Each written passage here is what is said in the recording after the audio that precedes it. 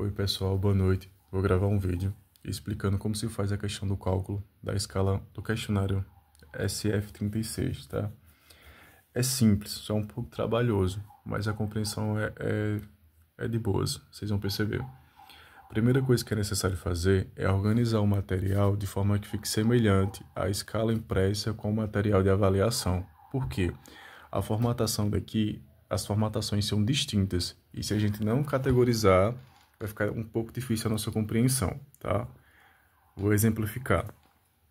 O item 1 e 2, ele se assemelha ao material aqui de avaliação, mas já o item 3, ele corresponde toda essa porção de questões, tá? Que corresponde da L3 até a L12. Isso vai se repetir nas demais, no segmento 4, no segmento 5. Então, só verifica os questionamentos que estão sinalizando aqui e a forma que está sendo fracionada, tá certo? Para que isso fique mais fácil a nossa compreensão. Então, é só sinalizar. Coloca o número aqui, ó, em cada intervalo de questões, para que a gente, quando for fazer os cálculos, fique mais fácil. Depois que você fizer isso, em toda a escala, a gente consegue fazer os cálculos, tá certo? Organizei, fiz essa questão do segmento, vou verificar as pontuações. Vamos lá. Primeira fase. Questão 1. Questão 1 está mencionando aqui, se a resposta do entrevistado tiver essa numeração aqui, vai ser pontuado esse valor. Muito simples. O 2 que eu entrevistei, na primeira questão, ele sinalizou que a sua qualidade de vida era excelente. Excelente se refere ao número 1, e o número 1 aqui tem um valor, tem um peso, tem a pontuação 5. Lemberg colocou o peso 5 aqui. Questão 2, qual é a regra do jogo? Manter o mesmo valor. Que mesmo valor? O valor que apresenta aqui. Qual é o valor que apresenta? 1, 2, 3, 4, 5. Qual o valor, qual a resposta do teu idoso, da pessoa que tu entrevistou, sinalizou?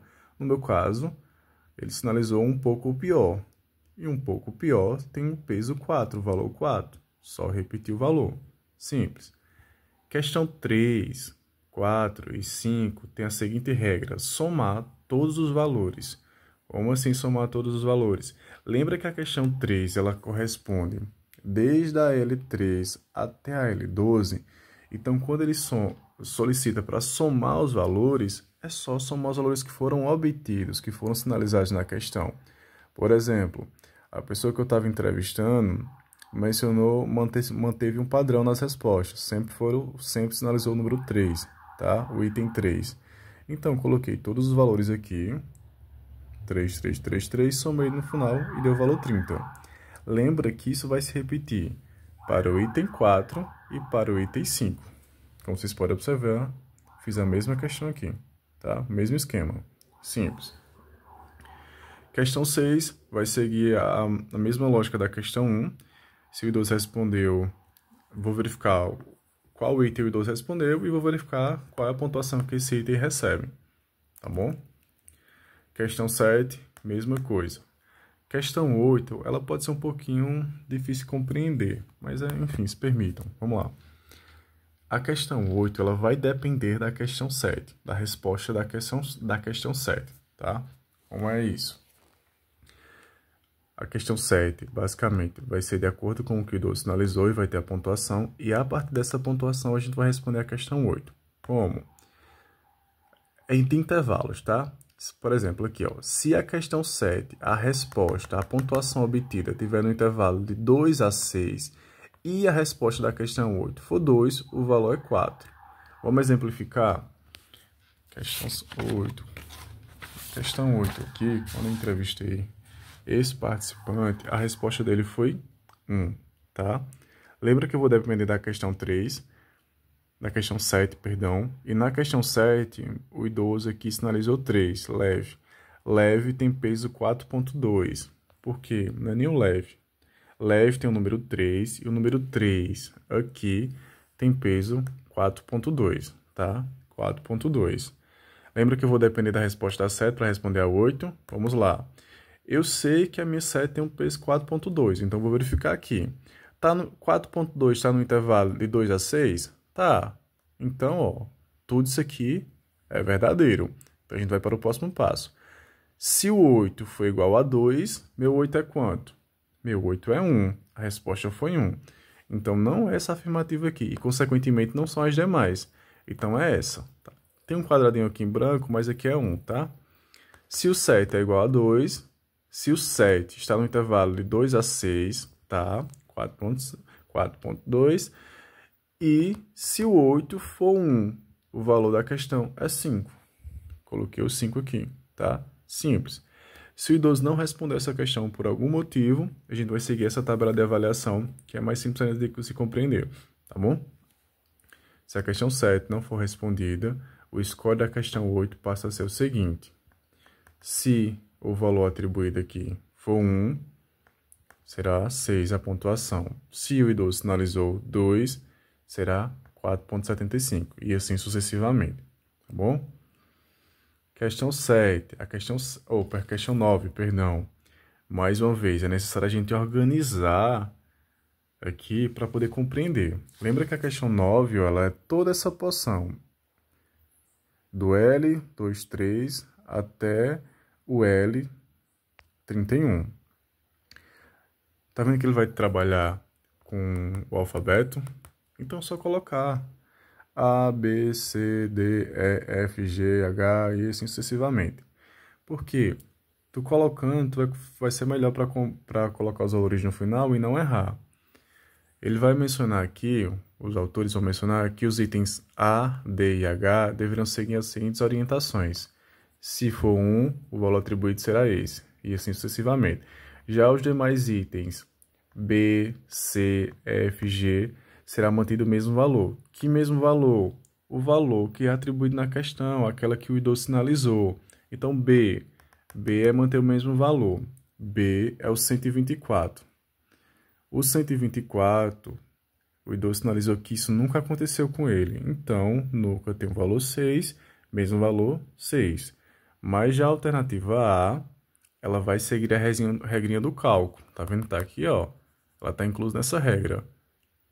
Foca. Está incluso nessa regra. A teve quanto? A resposta foi 2. Se foi 2, o valor atribuído será 5. E a gente colocou o que aqui, ó? 5. Sempre que tem essas questões para a gente selecionar algumas alternativas dentro do segmento, eu gosto de colocar asterisco para evitar um erro, tá? Opa. 7, 10. 10 é manter, considerar o mesmo valor. Que mesmo valor? O valor da questão. Tá aqui, o idoso sinalizou nenhuma parte do tempo. Qual é o valor de nenhuma parte do tempo? 5. Repete o valor 5 aqui, tá?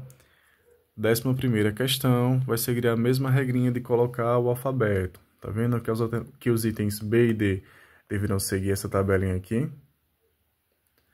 Nessa questão, os itens deverão ser somados, porém, os itens B e D deverão seguir a seguinte pontuação. Ó, nessa questão, os itens deverão ser somados, porém, o item B e D deverão seguir a mesma pontuação, tá? Ah, não, perdão. Os itens B e D deverão seguir a seguinte pontuação. Tá vendo que tem dois fragmentos que vão ter uma pontuação bem específica. Novamente, organiza com o alfabeto. Verifica quem é que vai receber a pontuação diferente. Aqueles que não é para receber a pontuação diferente, de acordo com a questão, vai manter o mesmo valor da alternativa e da resposta que o idoso apresentou. Vou colocar aqui, de acordo com a classificação, os itens que foi mencionado e depois eu vou fazer a soma. Vou somar tudo isso aqui e colocar aqui o valor, conforme é solicitado. Nessa questão, os itens deverão ser somados, tá bom? Terminou isso aqui, a gente vai para a segunda fase dos cálculos. Como é a segunda fase dos cálculos? Os autores eles vão fracionar essa escala em domínios, tá? Quais são esses domínios? Capacidade funcional, limitação por aspectos físicos, dor, estado geral de saúde, vitalidade, aspectos sociais, limitação por aspectos emocionais e saúde mental. Professor, como eu vou saber qual é o domínio, qual questão está classificada em determinado domínio? Tu não precisa quebrar a cabeça com isso, porque a própria tabela já te dá a informação. Tá aqui, ó. Capacidade funcional, apenas o segmento 3 é capacidade funcional. Mas lembra que o segmento 3... Vou botar para cá. Lembra que o segmento 3 é toda essa porção aqui, tá? Do L3 até o L12. E assim sucessivamente.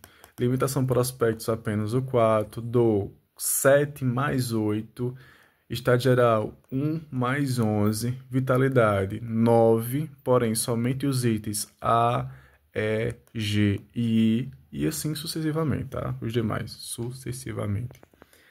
Entendi que vai ser fracionado, entendi que vai seguir que cada item vai estar classificado em determinado domínio, até que tá ok. A gente vai para a fórmula, tá? Qual é a fórmula que a gente vai fazer para calcular cada domínio? Valor obtido nas questões correspondentes em cada domínio, menos limite inferior, multiplicado por 1000, dividido pela variação. Limite inferior e variação são dados que são constâncias, tá? São dados constantes, que vão variar de acordo com cada domínio. Está aqui na tabela, tá? Já os valores obtidos em cada extrato, em cada domínio, vai mudar. Vamos colocar na prática. O primeiro domínio aqui, capacidade funcional. Lembra que a capacidade funcional, ela corresponde às questões que estão sinalizadas no extrato 3. Qual é o extrato 3? L3 a L12. Está pedindo o quê? Valores obtidos nas questões correspondentes. Então, é a soma do valor obtido.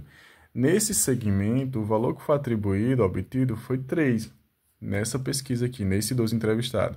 Então, jogando na fórmula, eu vou colocar... Foi 30, perdão. Jogando na fórmula, vou colocar lá, o 30. Menos quem? Limite inferior. Quem é o limite inferior na capacidade funcional? Tá aqui, ó. 10. Show, coloca aqui. 10. Dividido por quem? Dividido pela variação. Quem é a variação? Tá na tabela. Quem é a variação da capacidade funcional? Lembra que é só capacidade funcional, tá? 20. Joguei o valor aqui. Multiplicado por quem? Por 100. Cuidado para não colocar aqui em forma de expressão numérica. Porque se tu colocar aqui em forma de expressão numérica na calculadora, vai fazer esse primeiro a questão da multiplicação. E vai ficar errado, tá? É esse cálculozinho aqui. Primeiro, é a pontuação das questões correspondentes, menos o valor inferior, dividido por 20, ou dividido pela variação, e no final aqui eu vou multiplicar por 100, tá? Se você fazer a multiplicação aqui antes, vai dar errado. Joguei tudo na fórmula, vou ter o resultado. E isso eu vou repetir para os demais domínios, tá?